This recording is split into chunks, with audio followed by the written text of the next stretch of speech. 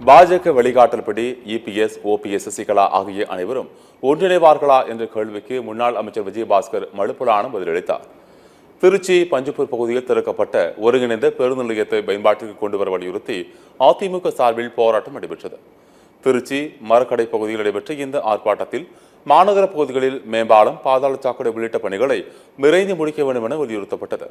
கண்டன ஆர்ப்பாட்டத்தை தொடர்ந்து செய்தியாளர்களை சந்தித்த விஜயபாஸ்கர், அமைச்சர்கள் இனியாவது மக்கள் நலனில் கவனம் செலுத்த வேண்டும் என கூறினார். பாஜக வழிகாட்டல்படி அதிமுக தலைவர்கள் ஒன்றிணைவார்களா என்ற கேள்விக்கு எடப்பாடி பழனிசாமி தான் முதலமைச்சராக வர வேண்டும் என அனைவருக்கும் தெரிவிக்கின்ற வகையில் பதிலளித்தார்.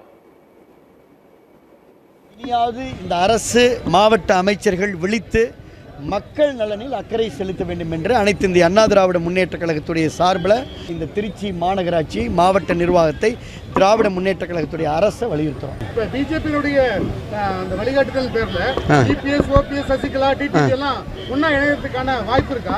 அதிமுக தலைமையில் அண்ணன் எடப்பாடியாருடைய தலைமையில் எடப்பாடியார் அவர்கள் முதலமைச்சராக வருவார்கள் அப்படின்றத எல்லாரும் சொல்லிட்டாங்க. முதலமைச்சராக அண்ணன் எடப்பாடியார் வருவார்னு சொல்லிட்டாங்க. வேற என்ன கேள்வி?